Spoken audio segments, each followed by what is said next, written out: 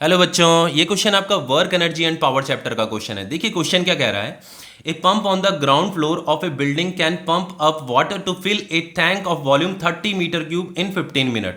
देखो बच्चों, यहाँ पे ये क्वेश्चन में ये कह रहा है कि एक बिल्डिंग है, इस बिल्डिंग के ऊपर एक वाटर टैंक रखा हुआ है, ठीक है। और यहाँ पे एक वाटर पंप है। ये वाटर पंप क्या कर रहा है, पानी को ऊपर पहुंचा रहा है, इस वाटर टैंक में पहुंचा रहा है। तो ये जो वाटर टैंक है, इस वाटर टैंक का जो वॉल्यूम दे रखा 30 मीटर क्यूब दे रखा है, ठीक है। तो यहाँ पे जो वॉल्यूम दे रखा है वाटर टैंक का, ये वॉल्यूम है वो 30 मीटर क्यूब दे रखा है। अब देखो ये जो वाटर पंप है, ये आपका वाटर पंप है, ठीक है। ये वाटर पंप है और ये आपका वाटर टैंक है।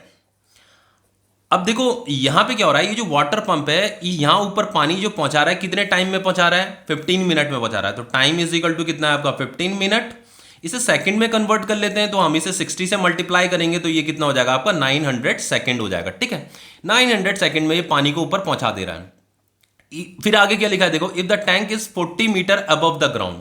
बच्चों ये आपका ग्राउंड है, यहां से लेकर के यहां तक का जो हाइट दे रखा है, ये जो वाटर टैंक है ये कितनी हाइट पे है, ये जो टोटल हाइट दे रखा है आपका 40 मीटर दे रखा है, ठीक है। तो ये आपका हाइट है 40 मीटर। अब देखो आगे क्वेश्चन में लिखा है and the efficiency of the pump is 30%। ये जो वाटर पंप है ना, इस वाटर पंप का जो एफिशिएंसी है वो 30% है।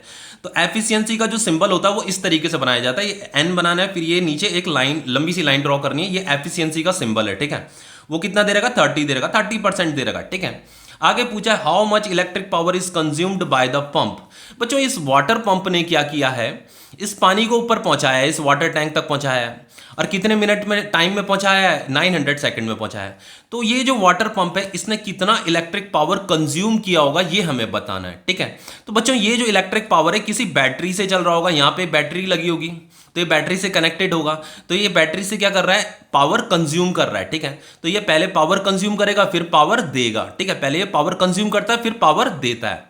तो बच्चों ये जो एफिशिएंसी होता है, एफिशिएंसी का फॉर्मूला क्या होता है, देखो एफिशिएंसी का फॉर्मूला होता है output power, output power divided by input power into 100, ठीक है। इस तरीके से ये एफिशिएंसी का फॉर्मूला होता है, इसे अपनी कॉपी में नोट डाउन कर लीजिए।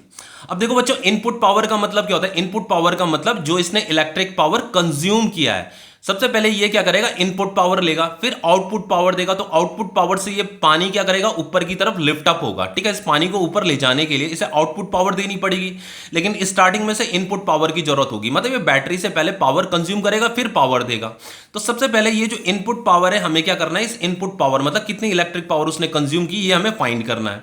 हमें इनपुट पावर फाइंड करना है। सबसे पहले हम क्या करेंगे, इस आउटपुट पावर को फाइंड कर लेते हैं, क्योंकि हमें क्या है, देखो ये जो आपका एफिशिएंसी है, एफिशिएंसी तो हमें गिवन है। आउटपुट पावर को फाइंड कर लेते हैं, फिर इनपुट पावर भी फाइंड हो जाएगी।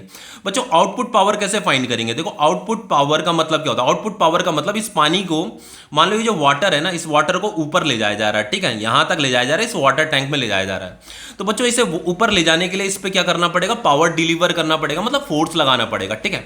तो आउटपुट पावर का जो फॉर्मूला होता है वो क्या होता है, work done divided by time. Work done, power का फॉर्मूला यही तो होता है, work done divided by time.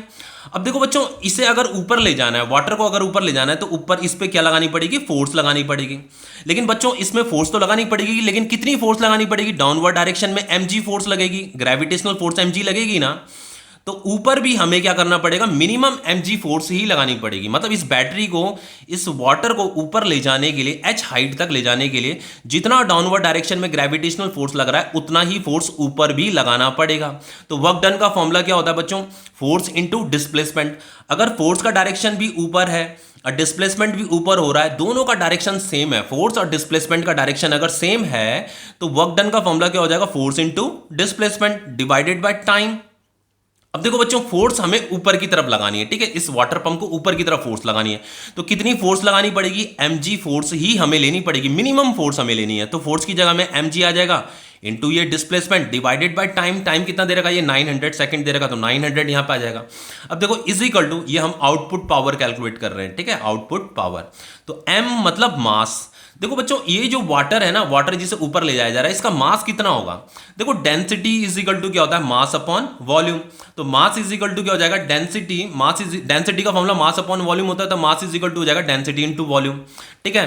तो यहां पे मास की जगह में क्या आ जाएगा, डेंसिटी इनटू वॉल्यूम। ये z आ जाएगा इंटू डी आ जाएगा डिवाइडेड बाय 900। अब देखो हम क्या करेंगे, यहाँ पे वैल्यू पुट करेंगे बस, ठीक है। देखो वैल्यू कितनी आएगी, डेंसिटी कितनी होती है, वाटर की डेंसिटी होती है 10⁻3, इतना आपको पता होना चाहिए। वॉल्यूम कितना दे रखा है वाटर का, 30 मीटर क्यूब दे रखा, तो यहाँ पे 30 आ जाएगा। जी का वैल्यू कितना होता है 9.8।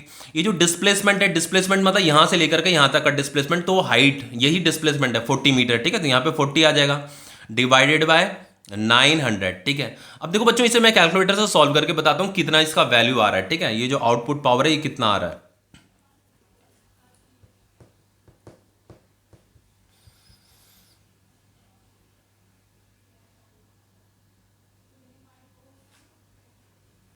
बच्चों ये जो आ रहा है आपका 13070 वाट आ रहा है, ठीक है। इतना वाट आपका आया, ये तो हमें आउटपुट पावर मिल गया।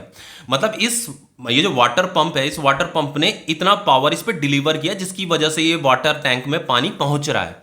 लेकिन हमें यहाँ पे क्या फाइंड करना है, electric power is consume by the pump. इस पंप ने इस बैटरी से कितना इलेक्ट्रिक पावर कंज्यूम किया है, मतलब हमें इनपुट पावर को फाइंड करना है, ठीक है। अब देखो हम इस फॉर्मूले को मैं यहां पे लिख रहा हूं, ये जो एफिशिएंसी होता है इज इक्वल टू क्या होता है, output power divided by input power into 100। Input power हमें कैलकुलेट करना है, तो input power is equal to क्या होगा आपका, input power is equal to हो जाएगा आपका output power divided by efficiency, ये नीचे आ जाएगा, इनटू 100। आउटपुट पावर हमने ये कैलकुलेट किया है 13070 डिवाइडेड बाय एफिशिएंसी कितना दे रखा, 30% दे रखा, ठीक है। तो यहाँ पे 30 आएगा इंटू 100 आएगा, ठीक है। तो ये फाइनली कितना हो जाएगा 13070, ये 2 जीरो और आएंगे यहाँ पे, डिवाइडेड बाय 30, ठीक है। तो इसे मैं कैलकुलेटर से सॉल्व करके बताता हूँ आपको।